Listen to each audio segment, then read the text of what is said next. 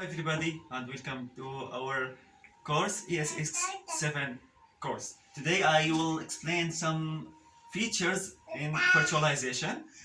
As we can see here, my son he will help me in some parts in this video. As we can see here, the resources before the virtualization, the resources was completely it's belong to the operating system. As we can see here, this operating system wanted to get all the resources here from the in the virtualization. As we can see here,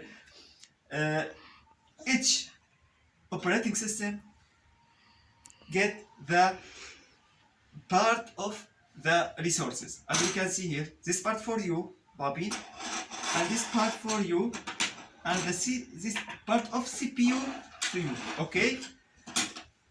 And other parts of this resources, it will give to another operating system, okay? To another son, okay? As we can see here, we can divide the resources to more than one operating system. Okay, this is what belong to the resources, and there are many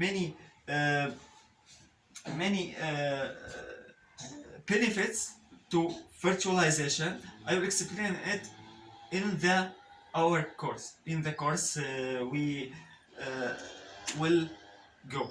Okay, go to our course and watch all videos. Thank you very much and see you.